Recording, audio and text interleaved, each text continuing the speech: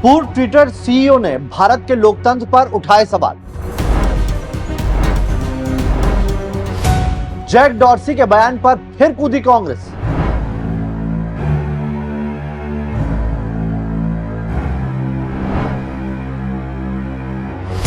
किसान आंदोलन में सरकार पर उठाए सवाल। सरकार को कहा तानाशाह।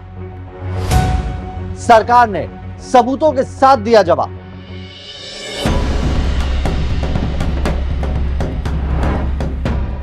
नमस्कार, एनएमएफ न्यूज देख रहे हैं आप। आपके साथ मैं हूं नवेद। ट्विटर के पूर्व मालिक और सीईओ जैक डॉर्सी ने भारत की मोदी सरकार पर बड़ा आरोप लगाया। जैक डॉर्सी ने एक विदेशी चैनल को दिए अपने इंटरव्यू में कहा कि भारत में किसान आंदोलन के वक्त भारत सरकार ने कई ट्विटर हैंडल ब्लॉक करने के लिए उन पर बड़ा दबाव बनाया। यही नहीं, अपने बयान में जैक डॉर्सी ने भारतीय लोकतंत्र पर भी सवाल खड़े कर दिए। इस रिपोर्ट में हम आपको बताएंगे कि कैसे इस बयान के बाद भारत में सियासी बवाल खड़ा हो गया है, कैसे विपक्ष ने इस पर सरकार को जमकर घेरा, और साथ ही ये भी बताएंगे कि कैसे सरकार ने सबूत सामने रखकर जैक डॉर्सी के दावों की पोल खोल कर रख दी है। लेकिन सबसे पहले देखिए, जैक डॉर्सी का इधर बयान आया और दूसरी तरफ कांग्रेस ने इस बयान को हाथों हाथ लिया और लगी सरकार को घेरने। जैक डॉर्सी के इस बयान पर पूरी विपक्ष मशीनरी को बैठे बिठाए सरकार पर वार करने का मौका जो मिल गया। कांग्रेस ने इसके लिए प्रेस कॉन्फ्रेंस की और कांग्रेस प्रवक्ता सुप्रिया सुले सरकार को तानाशाह तक बता गई। वो मदर ऑफ डेमोक्रेसी में मर्डर ऑफ डेमोक्रेसी लगातार कैसे किया जा रहा है, उसी को उजागर करने का, उसी सच को बताने का है।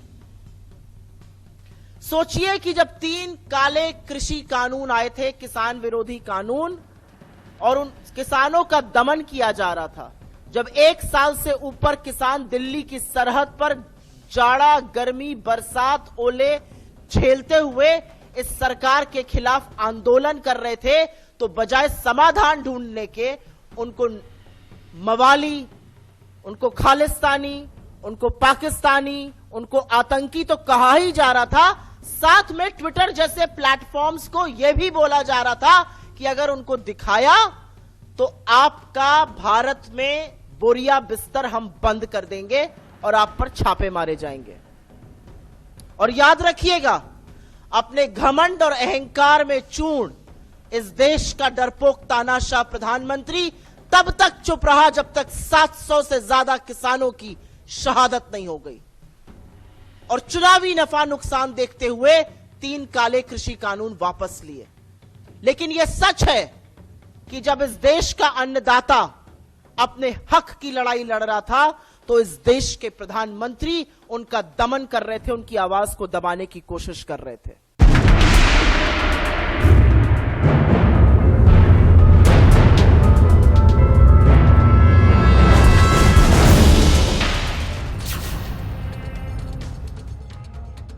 आपको यह बताया कि सरकार ने इस पर क्या जवाब दिया। उससे पहले आपको यह बता देते हैं कि जैक डॉर्सी ने आखिर अपने इंटरव्यू में क्या कहा।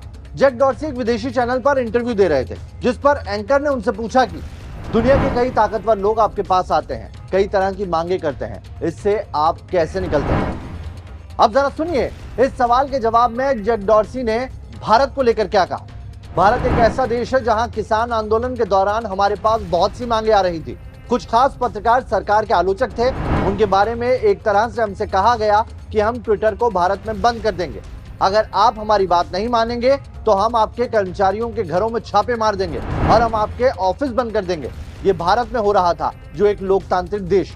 जैक डॉर्सी ने यही बात अमेरिका के लिए भी कही और हर उस मुल्क के लिए कही जहां पर ट्विटर अपना ऑपरेशन चला रहा था। स्वाभाविक बात है कि जब डॉर्सी ट्विटर के सीईओ थे, उस वक्त ट्विटर अपनी मनमानी करना चाहता था। हर देश में वो अपने आप को कानून से ऊपर समझते थे। हिंदुस्तान में अगर कोई लॉ एंड ऑर्डर की स्थिति उत्पन्न हो जाती है, ऐसे में कोई भी सरकार किसी भी सोशल मीडिया प्लेटफॉर्म को उन अकाउंट्स को बंद करने की हिदायत दे सकती है जिसकी वजह से अराजकता फैल रही है। इसका मतलब ये नहीं कि फ्रीडम ऑफ स्पीच पे कोई आघात हो रहा है, ये देश के कानून व्यवस्था के अंतर्गत की हुई कार्रवाई है। डॉर्सी ने यही इल्ज़ाम अमेरिका पर भी लगाया। अमेरिका की कांग्रेस ने 4 बार डॉर्सी को अपने सामने पेश होने के लिए बुलाया, क्योंकि अमेरिकन प्रेसिडेंशियल इलेक्शन में उन्होंने सक्रिय तरीके से एक पार्टी का समर्थन किया और दूसरी पार्टी के खिलाफ कैंपेन चलाया। ट्विटर डॉर्सी जब उसका नेतृत्व कर रहे थे तब देशों की संप्रभुता को नीचे करने का काम कर रहे थे, लगातार देशों की राजनीति में हस्तक्षेप कर रहे थे। डॉर्सी खुद जब हिंदुस्तान आए थे तो उन्होंने अपनी हरकतों से यहाँ पर पॉलिटिकल स्टेटमेंट तक दिया। स्वाभाविक रूप से ये किसी भी सॉवरेन कंट्री को स्वीकार नहीं होगा। जहाँ तक उनके बयानों का सवाल है, ना कभी ट्विटर को हिंदुस्तान में बंद किया गया, ना उनके किसी एम्प्लॉई को अरेस्ट किया गया, ना उनके किसी ऑफिस पे रेड हुई। जबकि सच ये है कि ट्विटर 2 साल तक हिंदुस्तान के कानूनों का पालन नहीं कर रहे थे। स्वाभाविक रूप से उन पर जब दबाव पड़ा तब उन्हें हमारे देश के कानून को मानना पड़ा। ये उस दौर की बात है जो ट्विटर और डॉर्सी कर रहे हैं।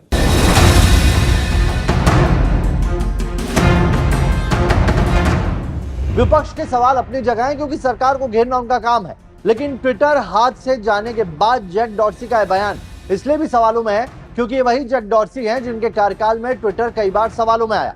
यहाँ के कर्मचारियों ने जिन पर चीजों को मैनिपुलेट करने के आरोप लगाए, लेकिन वो अपने कार्यकाल को साफ करने के लिए अब भारत सहित टर्की और दूसरे देशों को जिम्मेदार बता रहे। जैक डॉर्सी के इस बयान पर केंद्रीय आईटी राज्य मंत्री राजीव चंद्रशेखर ने जैक डॉर्सी के बयानों को झूठा करार दिया। उन्होंने पहले ट्वीट करके साफ किया कि ये ट्विटर के इतिहास के एक दौर को साफ करने का प्रयास है।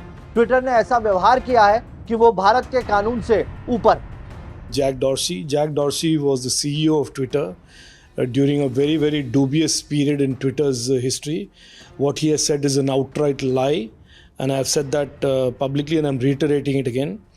Twitter is a company that believed that it was not necessary for it to comply with Indian law. It believed that it did not have to comply with Indian law and made up its rules as it went along.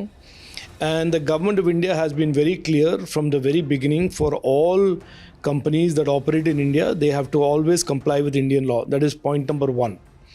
Point number 2, I just want to refresh Jack Dorsey's memory and certainly all your viewers that between 2020 and 2022, Twitter was violating Indian law multiple times, and it was in non-compliance several times during those two years, and it started complying only in June 2022. During that entire period, nobody went to jail, nobody was raided. सुना आपने, भारत सरकार ने Twitter पर भारतीय कानून का पालन नहीं करने की बात कही है। अब ये भी जान लीजिए कि ट्विटर और भारत के बीच ये विवाद कब पनपा। ट्विटर और भारत सरकार के विवाद की शुरुआत 2021 से हुई। अभी जो हंगामा मचा है वो भी उसी वक्त के वाकये के जिक्र के बाद पैदा हुआ है।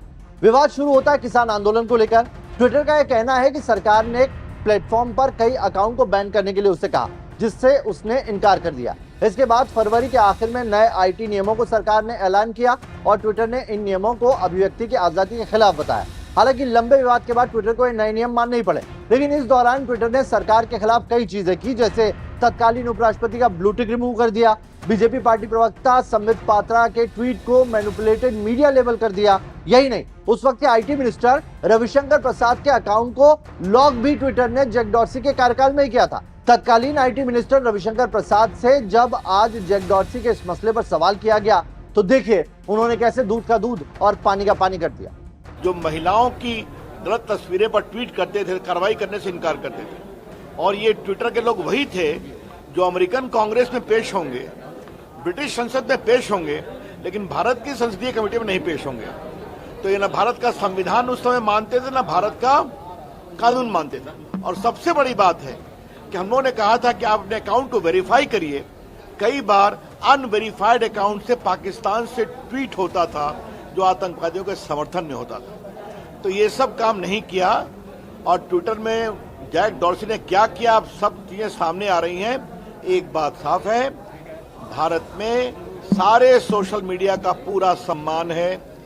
भारत एक लोकतंत्र है, लेकिन भारत का संविधान, भारत का कानून मानना पड़ेगा। आप आईटी मिनिस्टर थे, क्या वाकई धमकी दी गई थी? ऐसी कोई बात? मैंने पहले ही कहा, गलत है, बिल्कुल साफ साफ कहा गया था। मैं आपसे एक बात मैं फिर कहूं, अगर लाल किले पर तिरंगा का अपमान किया गया जो सच्चाई है, तो उसके बारे में अगर आपत्ति की गई, इसे आप मत आगे बढ़ाइए, तो गलत क्या है? उन्होंने कहा ये फ्रीडम ऑफ एक्सप्रेशन है, बाद में माने हम लोग की बात। अगर महिलाओं के साथ अत्याचार हो रहा था, उनको ट्विटर पर उनकी आपत्तिजनक सामग्री परोसी जा रही थी, उस पर उनकी सुनवाई नहीं हो रही थी, तो उन्होंने कहा आपको सुनवाई करना पड़ेगा, नियम बनाया, उसको फॉलो नहीं किया उन्होंने, बाद में किया। ये सच्चाई है। रविशंकर प्रसाद ने उस वक्त की सारी स्थिति अपने बयान से साफ कर दी है। अब जरा ये भी देख लीजिए कि जैक डॉर्सी के वक्त ट्विटर पर एक वर्ग विशेष के लिए काम करने के आरोप कैसे लगते रहे और वो कैसे खुद को कई देशों की सरकार से ऊपर समझने लगे थे। जैक डॉर्सी ने अपने कार्यकाल में कई ऐसे फैसले लिए जिसके चलते वो विवादों में रहे। भारत ही नहीं, उनका ये कॉन्फ्लिक्ट टर्की और अमेरिका तक में देखने को मिला। जैक डॉर्सी कई मंचों से बात तो जरूर कहते थे कि वो पॉलिटिकल एड पर रोक लगा रहे हैं, लेकिन उन पर यह भी आरोप लगे हैं कि उनके संबंध उन लोगों से रहे जो कई देशों में सरकार के कामों को प्रभावित करते रहे।